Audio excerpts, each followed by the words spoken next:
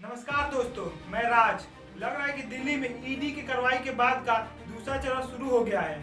केजरीवाल की गिरफ्तारी होने के बाद आम आदमी पार्टी के नेता आरोप लगा रहे थे कि उनकी सरकार गिराने एवं उनकी पार्टी को तोड़ने का प्रयास किया जा रहा है। क्या आज वो बात सच हो गई? ईडी के छापे के बाद विपक्ष का कोई भी सदस्य इस्तीफा देता है तब दोस्तों वो कहां जाएगा, इसको लेकर जरा भी अनुमान लगाने की जरूरत नहीं है।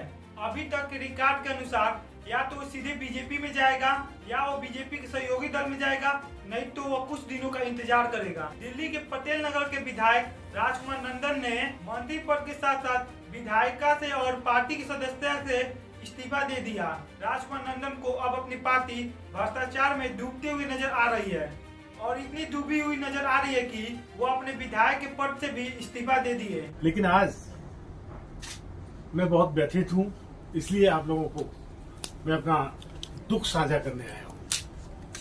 मैं राजनीति में जब आया था, जब अरविंद केजरीवाल जी ने कहा था कि राजनीति बदलेगी तो देश बदलेगा,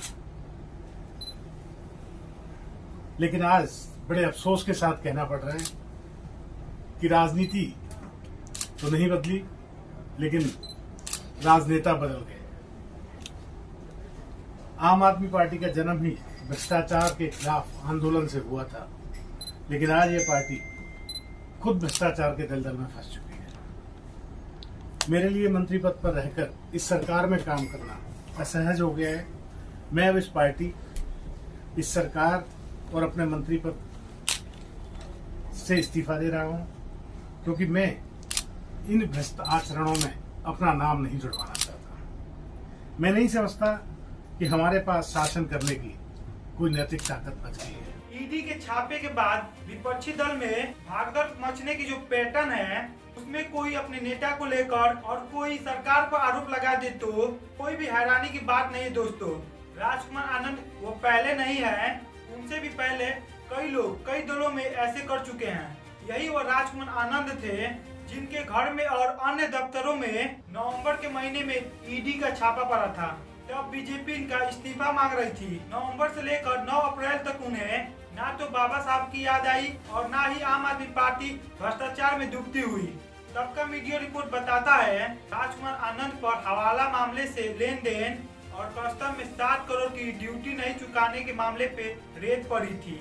दोस्तों, यह नवंबर की खबर है। क्या उस समय राजकुमार आनंद को नहीं दिखा कि उनकी पार्टी भ्रष्टाचार में डूबी हुई है? जबकि उनके यहाँ पे छापे पड़े थे तब पार्टी उनके साथ खड़ी रही और सौरभ भारद्वाज ने इनके पक्ष में बयान भी दिया था। आज वही सौरभ भारद्वाज कह रहे थे कि एक मंत्री को डराया जा रहा है और धमकाया जा रहा है।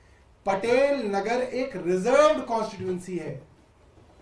ये बात राजकुमार आनंद जानते हैं कि रिजर्व कॉन्स्टिट्यूएंसी के अंदर वो भारतीय जनता पार्टी से लड़ेंगे, बुरी तरह से हारेंगे, तीसरे नंबर पे आएंगे। वे विधायक इसलिए जीते क्योंकि आम आदमी पार्टी की तरफ से लड़े हैं। बहुत साल कई पार्टियों में रहे, उनको पता है क्या हश्र होता है भारतीय जनता पार्टी का। इसके बावजूद उनसे रिजाइन कराया गया, पार्टी से रिजाइन किया, पद से रिजाइन किया, क्योंकि पार्टी से रिजाइन कर दिया तो वो विधायक भी नहीं रहे। कौन आदमी ऐसा करेगा? किसी को पार्टी से अगर दिक्कत भी होगी तो ये कहेगा ठीक है, मैं अपना टेन्योर पूरा करता हूं, जनता के बीच में अपनी जगह बनाता हूं, टेन्योर पूरा होगा, पार्टी से रिजाइन करेंगे, जो पार्टी पसंद आएगी उससे लड़ेंगे। ये तो सुसाइड है, ये तो आग में कूदना है। कोई आदमी क्यों सुसाइड कर रहा है? उस आदमी की क्या मजबूरियां बना दी गई? आप सोचिए कितना डराया जा रहा है। आज एक चुने हुए विधायक और एक मंत्री को आज इतना डरा दिया गया कि वो आज रेजिग्नेशन करने के लिए छोटे से किसी कमरे में छुप के प्रेस कॉन्फ्रेंस कर रहा है। आपने देखा ही होगा।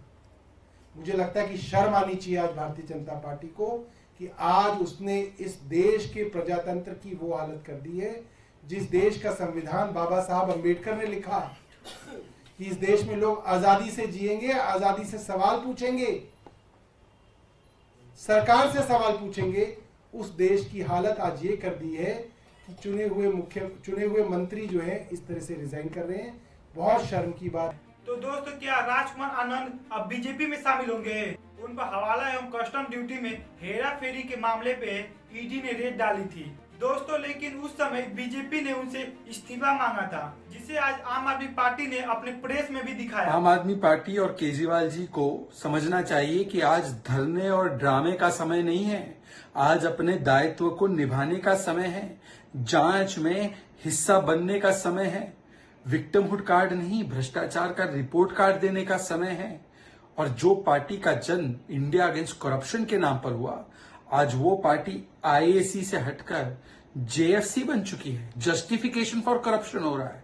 मतलब सोचिए कि जो लोग कहते थे पहले इस्तीफा फिर जांच, आज जब सुप्रीम कोर्ट राहत नहीं देता, हाई कोर्ट लोअर कोर्ट राहत नहीं देता, करप्शन के प्रमाण सामने आ चुके हैं, तो कभी अपने आप को कट्टर ईमानदार कहते हैं, कभी विक्टिमहुड कार्ड खेलते हैं और फिर शक्ति प्रदर्शन करते हैं। ये शक्ति प्रदर्शन का नहीं, ये भ्रष्टाचार का भक्ति प्रदर्शन कर रहे हैं आप।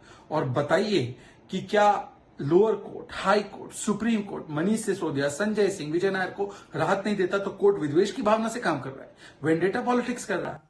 सो ये वीडियो ज्यादा लंबा हो जा रहा है, इसलिए इसका पार्ट 2 में इसके बारे में और बात करेंगे। सो लास्ट तक वीडियो में बने रहने के लिए धन्यवाद आपका।